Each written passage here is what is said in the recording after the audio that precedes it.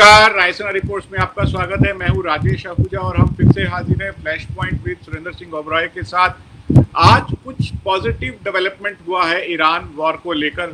सबसे पहले ईरान के राष्ट्रपति मसूद पेजेश्कियान ने माफ़ी मांग ली अपने पड़ोसियों से और ये कहा कि जो उन पर हमले हुए हैं उनके लिए वो माफ़ी मांगते हैं, लेकिन साथ में उन्होंने एक ये शर्त भी लगाई कि पड़ोसी मुल्क अपनी ज़मीन का इस्तेमाल ईरान पे हमलों के लिए ना करने दे। ईरानियन आर्मी ने भी एक स्टेटमेंट जारी किया, उसमें उन्होंने कहा कि उनके हमले अमेरिकी बेसिस पर और इजरायली बेसिस पर जारी रहेंगे। एक बड़ी खबर ये आई है कि ईरान वॉर शुरू होने से पहले अमेरिकन इंटेलिजेंस असेसमेंट में ये कहा गया था कि बहुत बड़ा हमला करने के बावजूद ईरान में रिजीम चेंज नहीं हो पाएगी, यानी कि अली खामनेई की मौत भी हो जाए तो उसके बाद नया सक्सेसर आ जाएगा, लेकिन जो क्लेरिक्स की रिजीम है उसको पलट पाना बहुत मुश्किल है। सुरेंद्र जी, ये साफ हो गया है अब तक जिस तरीके से ईरान खड़ा रहा है अमेरिका के सामने। एक सक्सेशन का जो प्लान है उनका, भले ही वो स्लो है लेकिन कहीं ना कहीं वो स्वरूप नजर आ रहा है। जो उन्होंने कहा था कि एक इंटरिम काउंसिल होगी, वो राजकाज संभालेगी, उसके बाद सक्सेसर चुना जाएगा। शायद सक्सेसर का अनाउंसमेंट मुझे लगता है इस वजह से नहीं हो रहा है क्योंकि इजराइल ने बोला है कि जो भी नया सक्सेसर होगा उसको भी हम मार देंगे। जी जी, हाँ, देखिए आपके इसमें दो सवाल मैं देखता हूँ। एक तो जो आप अभी बता रहे थे कि ईरान के जो प्रेसिडेंट है उन्होंने ये बोला जरूर है कि मैं अपने नेबरहुड के जितने भी कंट्रीज हैं उनसे माफी मांगता हूँ, लेकिन साथ में ये भी चेतावनी समझ लीजिए दे दी है कि अगर आपकी तरफ से अटैक या आपकी लैंड यूज होती है मेरे against, then I have no other alternative but to counter it sort of a thing. लेकिन आप अगर इस चीज में देखेंगे, ये जरूर अपने ईरान के लिए बात कर रहे थे, लेकिन आप इनका देखिए प्रेसिडेंट का वहां पे कितनी स्ट्रेंथ है। प्रेसिडेंट की इतनी स्ट्रॉन्ग स्ट्रेंथ नहीं है जितना डायरेक्ट लीडर्स की है वहां पे, जो उनकी असेंबली है जो उनकी अपनी बनी हुई, और वो लीडरशिप भी आएगी वो हार्डलाइनर ही रहेगी। तो उस चीज पे बड़ा क्लियर है कि अगर आप देखें कि एंटी अमेरिका फीलिंग उस रिजीम में जो है, यहाँ तक के लोगों में भी बड़ा मैसिव है, और चेंज करना रिजीम जो हम पहले से कहते आ रहे हैं बहुत डिफिकल्ट होगा until unless complete Iran is destroyed, which I don't think will happen because Gulf countries massively as a secondary collateral damage में ज्यादा तबाही हो जाएगी। तो अगर आप इनके देखिए वहाँ के जो जितने भी ये लीडर्स हैं, जितने क्लैरिक लीडर्स हैं, they have been schooled in the spirit of that fundamentalism, पूरा कैसे अपने इस्लाम को देव करके रखना है हम लोगों ने, और एम्फसाइज उनके सेल्फ सेक्रीफाइस पे बहुत ज्यादा है। अब यही कंपेयर कीजिएगा अमेरिकन सोल्जर्स वगैरह के लिए, they will not be ready to die. उनकी बॉडी बैग्स जाएंगी घर में वापस, वहां पे ज्यादा डिफिकल्टीज आएंगी। तो जितने भी ये एनालिस्ट या जो आप बता रहे थे कि जो इनकी क्लासिफाइड रिपोर्ट पहले ही हुई आके बोला गया था कि आप ये लॉन्ग टर्म वॉर नहीं कंटिन्यू कर सकते हैं, इवन आप करते भी हैं तो रिजीम चेंज करना बहुत मैसिवली डिफिकल्ट होगा। पर ये भी हमें देखना पड़ेगा क्या ये रिपोर्ट ट्रम्प और उसके आदमियों ने पढ़ी भी थी कि नहीं, क्योंकि कई बार ऐसा होता है कि जो रिपोर्ट्स आती हैं, बड़ी रिपोर्ट्स आती है इनकी नेशनल काउंसिल की, तो कई गवर्नमेंट्स या कई जो टॉप ऑफ द लीडरशिप्स होते हैं, they go for a knee jerk reactions rather than taking decision, strategic decisions on some of the issues. तो ट्रम्प के लिए तो ये काफी ज्यादा कहा जाता है कि वो इंडिविजुअल डिसीजंस ज्यादा लेते हैं, व्हाइट हाउस से ज्यादा डिसीजंस। हमने ये देखा है कि लगातार डोनाल्ड ट्रम्प जो है ईरान वॉर को लेके गोलपोस्ट चेंज करते आ रहे हैं, लेकिन क्या अब ये समझ में उनको आ रहा है डोनाल्ड ट्रम्प को, अमेरिकन एडमिनिस्ट्रेशन को, कि अल्टीमेटली उन्हें ईरान में जो सक्सेसर रिजीम होगी अली खामनेई की, उसी के साथ डील करना पड़ेगा? बिल्कुल, देखो यही मेरे को जो दो चीजें हमेशा मैं फील करता हूँ क्या कोई ऐसा ग्रुप है विद इन दैट क्लैरिक लीडरशिप जो इनके साथ बातचीत पहले कर रहा था? क्योंकि देखिए बातचीत तो बड़ी स्ट्रांग हो रही थी आपस में इश्यूज को रिजॉल्व करने के लिए, और कई कंट्रीज जैसे ओमान इन्वॉल्व था, कतर इन्वॉल्व था, सऊदी अरबिया भी किसी हद तक इसको सपोर्ट कर रहा था, तो they have been playing a good role. Qatar को तो आजकल बोला जाता है कि Qatar is like a new Geneva, एक मोरलेस एक न्यूट्रल कंट्री की तरह काम कर रहा है। तो वो ही लोग थे जो इवन इजराइल और हमस के बारे में भी बातचीत करा रहे थे। उससे पहले अगर आप तालिबान का देखिए, वहां पे एक कंप्लीट ऑफिस था, जबकि वो टोटली लीगली बैंड था अक्रॉस द ग्लोब, जो अमेरिकन से किया था, इवन दो अब वो रूल कर रहे हैं। तो कहीं ना कहीं आई एम श्योर ईरान के साथ बातचीत अभी भी हो रही होगी, और ये जो डिसीजन आया है प्रेसिडेंट मसूद का, ये एक सोची समझी तरीका होगा just to give confidence at least to the gulf countries. तो उन्होंने बात की होगी that we will not try to affect your economy, क्योंकि इकोनॉमी में बड़ा मैसिवली अफेक्ट हो रहा है। सारे फॉरेनर्स वापस जा रहे हैं, वो इवन परमानेंट होम्स लेकर के आए थे वो भी वापस जा रहे हैं, तो उस चीज के लिए वो बहुत वरीड होंगे। And they will also not like that America should use their land against Muslim brotherhood, और स्पेशली जो हमस के अटैक के बाद इजराइल का जो हुआ है, तो ये वाला अलग पॉलिटिकल एनालिस्ट अब जितने भी मुस्लिम वर्ल्ड के होंगे, ओआईसी वगैरह होगा, तो एक इनकी काउंसिल ऑफ एडवाइजरी जरूर होगी जो इनको बता रही है। लेकिन जो है अपने स्टेटमेंट्स इधर उधर की कर रहे हैं, but he has been always giving a very strong statements. Even आप देखिए जो प्रेसिडेंट मसूद ने बोला है, उसका इन्होंने टोटली दूसरा मतलब किया है, जो अपने प्लेटफॉर्म पे उन्होंने बात की है, तो उसका इंटरप्रेटिंग टोटली उन्होंने स्पीच का है वो डिफरेंटली कह दिया है। तो Iran has apologised and surrendered to it, जबकि उन्होंने कहा है कि मैं अपोलोजाइज करता हूं तो मैंने अटैक किया है आपके नेबरहुड को, पर अगर आपकी लैंड अमेरिकन यूज करेंगे तो मैं वापस इसका रिपेल करूंगा। तो वैसी चीजें हैं, स्टेटमेंट्स आ रही हैं, बट जो अटैक्स हो रहे हैं वो बड़े ज्यादा हो रहे हैं, लोग काफी परेशान हैं। वहां पे इस वक्त रिजीम चेंज की बात हो ही नहीं रही है ईरान। इवन तो देखिए सबसे पहले उनको फ्यूनरल निकालना है, अभी तक फ्यूनरल भी नहीं हुआ है, हफ्ता पूरा हो चुका है आज। In fact today is the 8th day, last Saturday को आप देखिए कितना वहां पे जब स्टार्ट हुआ था, उनका जो ब्यूरियल होना होगा उस चीज की पूरी उन्होंने कंप्लीट सिस्टम्स वगैरह करना है, और उसके बाद काफी डिसीजंस जो हैं वो आएंगी। आज भी देखिए एयरपोर्ट पे वहां पे बहुत जबरदस्त अटैक हुआ है। आई मीन इजराइल एयरफोर्स तो क्लेम कर रहा है कि 60 Iranian military aircrafts have been destroyed, and they were the ones who were basically giving weapons to the Hezbollah in Lebanon.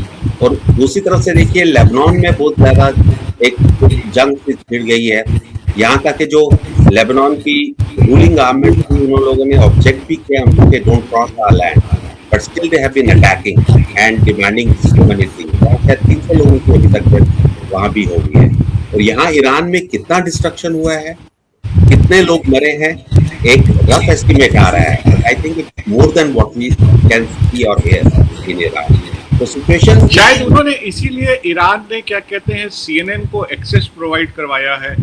CNN का रिपोर्टर जो हैं वो वहाँ से तेहरान से रिपोर्ट कर रहे हैं। शायद ईरान दुनिया को दिखाना चाहता है कि किस तरीके से जो ईरानियन हमले हैं, जो ईरान पे जो हमले हुए हैं, कितनी उससे वाइड स्प्रेड जो है डिस्ट्रक्शन हुआ है। स्कूल में तो हमले की बात सामने आ ही गई है कि जिसमें 165 लड़कियां जो है वो मारी गई थी। इसके अलावा अस्पतालों पे हमले हुए हैं। ये ईरान दिखाने की कोशिश कर रहा है ताकि एक दुनिया में एक माहौल बने। बिल्कुल जी, I think that is one of the way. आप देखिए अमेरिकन टीवी को उन्होंने बुलाया है, जबकि फीलिंग्स टोटली एंटी अमेरिकन है वहां पे। तो वो कल जो टीम फ्राइडे की प्रेस को जो प्रोटेस्ट दिखा रहे थे, मैसिव प्रोटेस्ट थे कल जो स्ट्रीट में पोस्ट फ्राइडे प्रेस के बारे में, and that was shown in the CNN। And I think पहली बार ऐसा हुआ है, क्योंकि ईरान टीवी तो बिल्कुल काम ही नहीं कर रहा है, वहाँ की जो लोकल मीडिया है इंटरनेट यूज ही नहीं हो रहा है। ऑफिसेस मोर और लेस काफी मैसिवली अफेक्टेड है वहाँ पे, और हर आदमी की फेयर है कि ना जाने कौन सी जगह पे कौन सा अटैक आ जाएगा। अब ईरान, यूएस तो क्लेम कर रहा है more than 3000 attacks have been done last year. अगर 3000 अटैक ही हुए हैं जी, अगर एक कैजुअलिटी भी आप ले लीजिए तो नंबर सोच लीजिए हर अटैक में क्या होगा। जी। बड़ी अलोकप्रिय वॉर है ये अमेरिका में। नॉर्मली जब भी अमेरिकन प्रेसिडेंट किसी युद्ध में, भले ही वो लिमिटेड स्ट्राइक्स में जाते हैं, जनता का समर्थन होता है। 9/11 के बाद अफगानिस्तान पे हमला था, उसके लिए समर्थन था। इवन जॉर्ज डब्ल्यू बुश को भी थोड़ा बहुत समर्थन हासिल था इराक में हमला करने के लिए, लेकिन डोनाल्ड ट्रंप को तो बिल्कुल भी समर्थन नहीं है, और इसका विरोध जनता के लेवल पर तो हो ही रहा है। उनका मागा बेस इसका विरोध कर रहा है, डेमोक्रेट्स तो विरोध कर ही रहे हैं, रिपब्लिकन पार्टी के भीतर भी विरोध हो रहा है। और अभी आज की ताज़ा खबर ये है कि अमेरिका में जो गैस के प्राइसेस हैं वो पिछले एक हफ्ते में 14% ऊपर चले गए हैं। तो अमेरिकन की पॉकेट हिट होने लगी है। बिल्कुल जी, ना खाली अमेरिका पर आप देखिए, यूरोप में भी कितने रेट्स अब चले गए हैं। 10% to 50% इंक्रीज तो सारी जगहों पे गैस वगैरह पे हो चुका है। यहाँ तक कि अब हमारी कंट्री में भी देखिए जो एलपीजी है या नेचुरल गैस है उसके ऊपर भी रेट बढ़ गए हैं। अब पेट्रोल में शायद इमीडिएटली ना बढ़े क्योंकि रशियन पेट्रोल अब हमारे को अलाउड है ले जाने के लिए। पर आप स्टेटमेंट्स देखिए जो यूके मिनिस्ट्री ऑफ डिफेंस वगैरह की आ रही है, वो भी बड़े डायरेक्टली बोल रहे हैं, डिस्पाइट उन्होंने कंफर्म किया है कि that US can use our British bases. In fact, they have started using their bases, but they don't want to get involved into it. तो वो ऑफेंसिव ऑपरेशंस इन ईरान बड़ा ओपनली बोल रहे हैं, जो उनके प्राइम मिनिस्टर हैं सामर, कि हम लोग उस ऑफेंसिव ऑपरेशन से बिल्कुल यूज नहीं होंगे। इवन दो उनके प्लेन्स वगैरह, इवन ब्रिटिश प्लेन्स भी जॉर्डन कतार वगैरह में जो चले गए हैं, क्योंकि यूके को अपना डर पड़ गया है। साइप्रस का आप देखिए, उनका जो अटैक हुआ था 2-3 दिन पहले, that is again on the against the interest of the British and their allies outright there. तो इसमें जैसे आप ठीक बोल रहे हैं कि एक यूनिफॉर्मिटी नहीं है, एक एक्सेप्टेंस नहीं है, एक नाटो फोर्स का इकट्ठा हो जाना और बात करना वो नहीं है, एक बड़ा डिस्टर्ब है। दूसरा जो गल्फ कंट्रीज का भी है, आप देखिए उनके डिफरेंट कंट्रीज की डिफरेंट पैसिव स्टेटमेंट्स आ रही हैं, कोई एक्टिव स्टेटमेंट्स उनकी भी नहीं आ रही हैं, despite they are being attacked. And many of the countries like जो भी यूरोपियन कंट्रीज हैं, वो उन्हें कह रहे हैं कि हम आपका इंटरेस्ट देखेंगे। आज देखिए सऊदी अरबिया में भी उनके जो बिगेस्ट पेट्रोल एसेट्स हैं उनके ऊपर अटैक होने लगा था, और 2-3 मिनट नहीं उस चीज को चेक किया होता, न्यूट्रलाइज किया होता, तो शायद कुछ उनके एसेट्स पे अटैक भी हो गया होता। और अब यूके के लोग कह रहे हैं कि अगर आपको डिफेंस चाहिए, we will be there to guard you. But still Saudi Arabia ने थैंक्स जरूर किया, लेकिन उनकी एक्सेप्टेंस नहीं मांगी। तो एक कंफ्यूजन है, क्योंकि decision must have been taken in a very hurry. जैसे आपने बताया भी कि जो उनका क्लासिफाइड रिपोर्ट आई थी, जो बताया गया था ट्रम्प को कि ये आप long term war will not help you in changing the regime. तो but he continued insisting on this thing only कि नहीं, वो रिजीम चेंज होगी। मैं उनसे बात करूंगा। आप स्टेटमेंट में देखिए कितना बार का बोल रहे हैं लोगों को कि अगर जो भी होगा वो मेरे कहने पे होगा, बिल्कुल जो नया लीडर आएगा we will want to participate in that also. तो कहीं ना कहीं फ्रस्ट्रेशन है, पर ईरान काफी वीक बनता जाएगा। I don't think they will step और अपने आई मीन कॉन्शियस के साथ I think they will not play with it. They will feel like getting defeated rather than bending with the wind. मैं अपने दर्शकों को याद दिलाना चाहूंगा कि ये जो इंटेलिजेंस असेसमेंट है अमेरिकन, ये वॉर शुरू होने से पहले आ गया था। अब इसका एक नतीजा और हुआ है। ऑयल और गैस के प्राइस बढ़ने से जो सबसे ज़्यादा फायदा हो रहा है वो रशिया को हो रहा है। जितना ऑयल और गैस की कीमत ज़्यादा होगी, रशिया की जो वॉर चेस्ट है वो उतनी ही मजबूत होगी और यूक्रेन के लिए उतनी ही दिक्कत होगी। और इसके अलावा अमेरिकन अखबारों में इस बात को भी उन्होंने बताया है कि किस तरीके से रशिया जो है वो ईरान के साथ इंटेलिजेंस साझा कर रहा है अमेरिकन बेसिस पे, अमेरिकन टारगेट्स के लिए, और शायद इसी वजह से ईरान ने काफ़ी सारे हमले किए हैं अमेरिकन बेसिस को। तो वॉर का एक और जो मकसद है वो डिफीट हो रहा है डोनाल्ड ट्रंप के। जी, और हम कल ही ये बात कर रहे थे कि how Russia is sharing the intelligence. Even though जो अमेरिकन ने क्लेम कर लिया था कि हम लोगों ने उनके डिफेंस सिस्टम सारे डिस्ट्रॉय कर दिए हैं, रेडार सारे डिस्ट्रॉय कर दिए हैं, तो उनको पिन पॉइंट इंफॉर्मेशन कैसे मिल रही है कि उनका अमेरिकन हार्ट कहाँ पे लगा हुआ है, कौन से कंट्री में लगा हुआ है, गल्फ कंट्रीज में। तो definitely some external forces are helping Iran. और रशिया, जैसे आप कह रहे हो, तो क्या आप देख लीजिए सतर्कनी में उन्हीं के कंटेनर्स हर जगह घूम रहे हैं और most of the countries are going to buy Russian petrol. China के पास भी शायद दूसरे रूप से उनका काफी हो जाएगा और वो खरीदते भी जा रहे हैं। They are one of the biggest clients of Russia. तो Russia will take advantage, at least उनकी इकोनॉमी थोड़ी बेटर हो जाएगी इस पीरियड में। आगे क्या होता है वी डोंट नो। जी, आज के लिए इतना ही। सुरेंद्र जी, बहुत बहुत शुक्रिया हमारे दर्शकों से जुड़ने के लिए। कल एक दफा फिर आपसे मुलाकात होगी। Thank you Rajesh ji, and looking forward.